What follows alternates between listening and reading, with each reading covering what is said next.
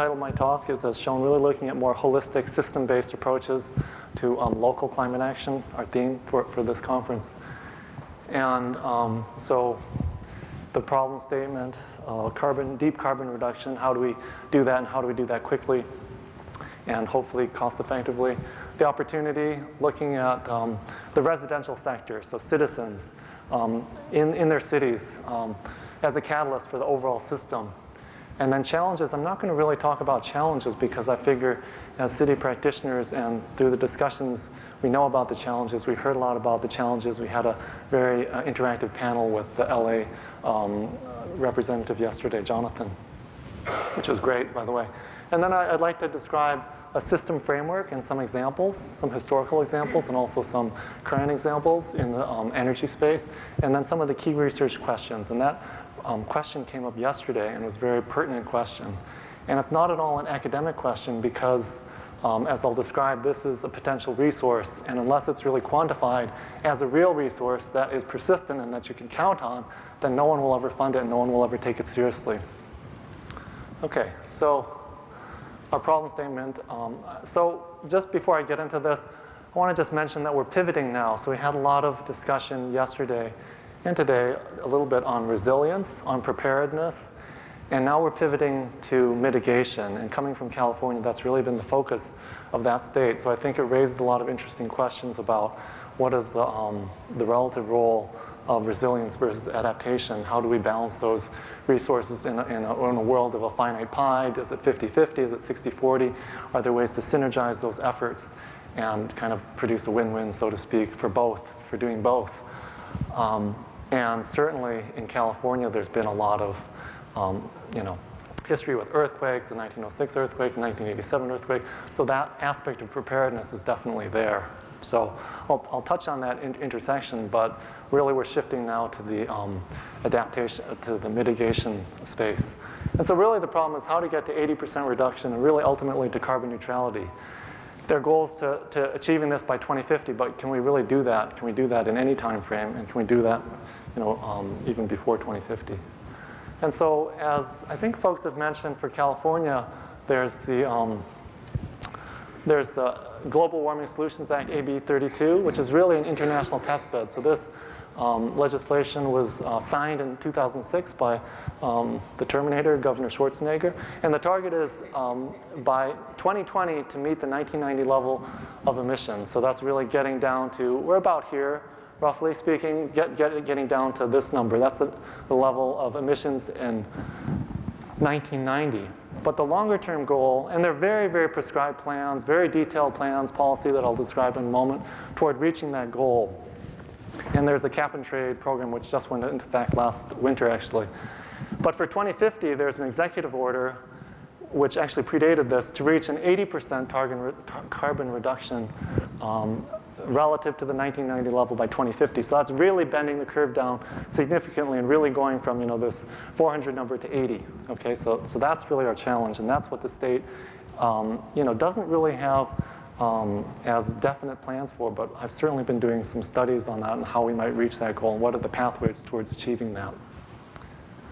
Okay, so why cities? Again, I can go over this one pretty quickly, but again, local policies can be easier to implement. The federal system obviously is pretty sclerotic at this point. There are pilot program opportunities, competition opportunities.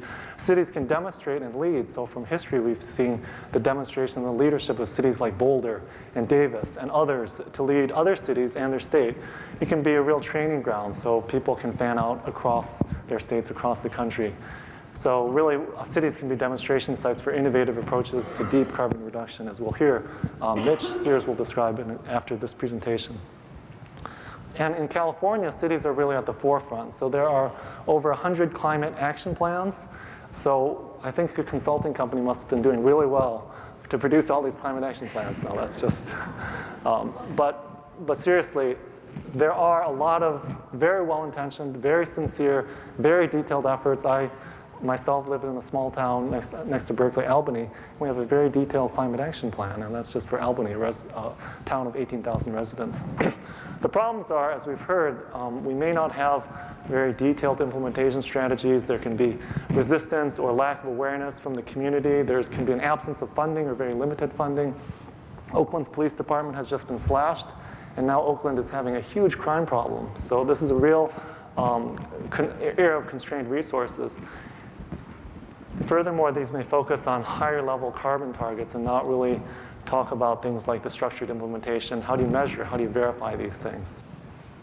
Okay, so this is a very detailed slide based on my recent study, the carbon challenge for California. So I just wanted to focus on, this is a 2050 reference case. So this is basically a depiction of where emissions may be in 2050. Of course, it's going to be very dependent on a lot of assumptions, but this is a plausible scenario for where emissions will be. So currently we're about here. It's a little bit less than doubling in 2050.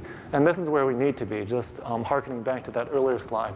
And it's just showing there are many pathways toward getting to that goal, which can be achieved largely by existing technologies. So we're not talking about inventing new technologies like developing algal biofuels or hydrogen or fusion. Okay, so increased efficiency is the largest. That's about 40%, and that's pretty much across all sectors. Conservation, that I'll be dwelling on, that's like driving less, using less, consuming less. Clean electricity, electrification of vehicles and also of heating, and also low carbon biofuels. So you can see that there is a portfolio of approaches, and that's what you hear, a portfolio of approaches. We need to pursue a portfolio of approaches, and there is a pathway toward getting there. So there is a feasible pathway. And there are other studies which are a little bit different, but kind of generally reach the same conclusions. So the opportunity here, and now unfortunately you can't see this, but I've just tried to highlight which of these components of these bars are from the residential sector. And the key takeaway is that there's a significant fraction from the residential sector. So that's things like building energy efficiency, transportation, moving to more fuel efficiency, conservation. It actually may be higher, but I'm just including transportation and buildings in this case, okay? So now just a word on the California carbon policies. And so really for overall emissions reduction, you can think about 4 key kind of themes: conservation, energy efficiency, clean energy, and fuel switching. So these are demand sector items, and these are supply sector items. So how are you using, how much energy, and where is the energy coming from, okay? And the key thing here I would note is that we're not really interested in rates and per capita. We're really interested in absolutes. We really need the absolute number of emissions to go down. So just increasing the rate of this or that, that's good. But if you're really increasing the overall demand and that's outstripping the increase of clean energy, then you're treading water. You're going backwards. So here are a lot of the policies. And I'm not going to go over all these policies, but I just wanted to make the key point that California has a portfolio of policies for the portfolio of energy pathways that I've described. So specifically looking at the supply side, there's a lot of effort in renewable energy, so renewable electricity standards, low carbon fuel standards, so getting cleaner biofuels, for example. But on the conservation side, there's really not a whole lot. I mean, there is land use, integrated land use and transportation planning. That's kind of getting at reduction in transportation, more walkable places.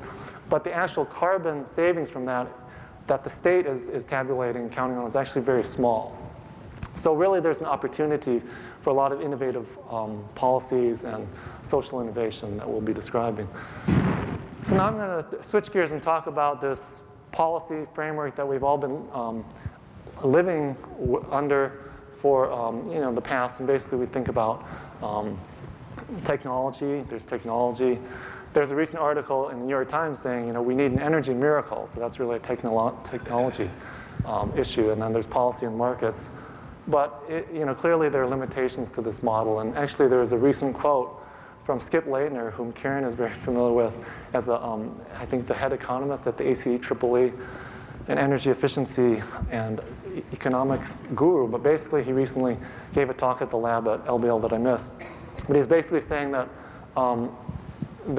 we've been limited by economic modeling exercises. We've been leaving out a lot of critical elements in behavioral and social psychology. Okay, so these are sort of the themes that are starting to be better understood by the mainstream economic community, which is a good thing. So To this system framework, I'm just adding the underpinning, which is the human and social factors piece, which is what we've been really talking about here. And this is really, could be many things, many things, from psychology to motivations to fear to emotions. But really here I'm talking about the social infrastructure and connectivity, the community engagement, and how to tap this to drive demand. But really we're talking about we need top-down and we need bottom-up approaches. We can't just rely on top-down approaches. Okay, so why community engagement? Again, we were really wanting to tap into this conservation potential that I described. It's hard to see substantive action happening top-down.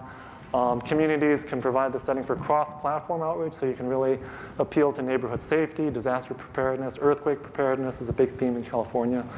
And there's an opportunity for innovation. So this, I think, is big. And this is, how do we really meld and integrate technology that we have with wireless communications and iPhones and apps with the data that can be coming in from, the utility side and more readily available data. So a real opportunity, and this is starting to happen.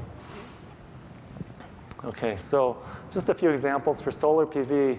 I'm just showing the market increase in solar PV. It's been increasing by like 40% a year. And there's really a very strong alignment of technology, policy, markets, and human factors to enable this to happen. So on the policy side, a lot of incentives. On the technology side, rapidly falling costs. In the market side, a lot of innovative business models. And on the human and social side, solar PV is visible. It's very easy to understand. And after all, didn't we all worship the sun, in the earlier days? So it's very intuitive. Recycling is a great example. So there's a great study written up on, not study, but just an article on the history of recycling in El Cerrito, which is the town which is right next to where I live. And basically, this is the trend for recycling in the US. So it's increased by almost a factor of 5 since 1970, from about 7% waste recovery to about 35%, okay? And in California, the landfill diversion laws have been inspired by cities like El Cerrito, like Davis. So really, the human and social factors, the community-led innovation and champions have really catalyzed some of the technology development, some of the markets, and some of the policies. Okay, so this is a really strong point to make, is that really from the residential, from the bottom-up side, people and communities can make a huge difference with support from their local government. So I won't go through all this, all these very interesting details. But as you walk up this curve, you start to get new technologies, new bins, more automated. People don't have to lift up things themselves. It just grabs it and so forth. So this is the good news. Can anyone tell me what the bad news is here, though? Yeah, it's 35%. You want it to be 90%. California, you want it.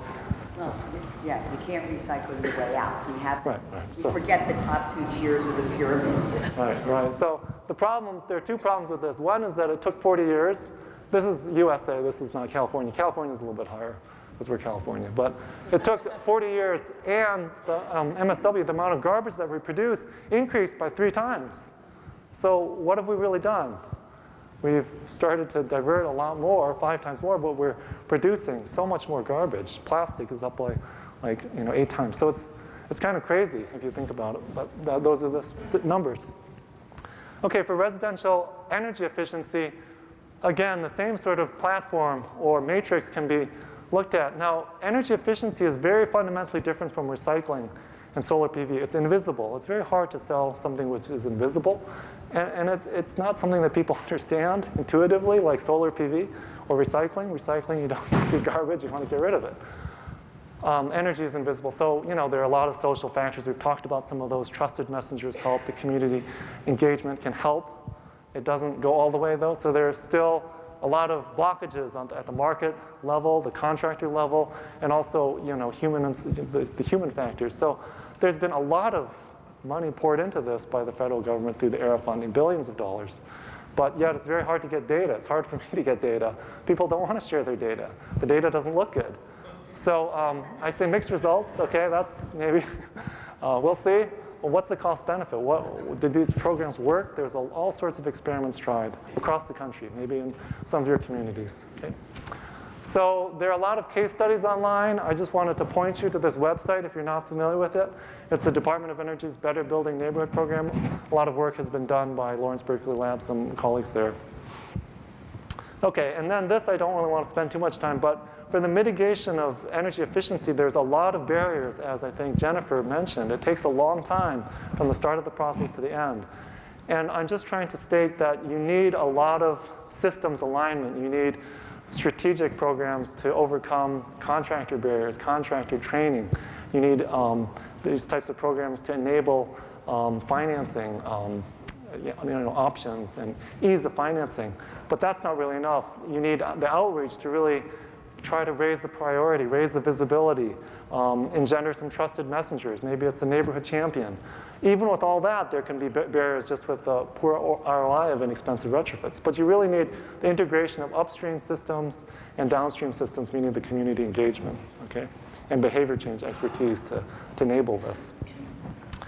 Okay, so I'd just like to just cite a couple more innovative examples before closing.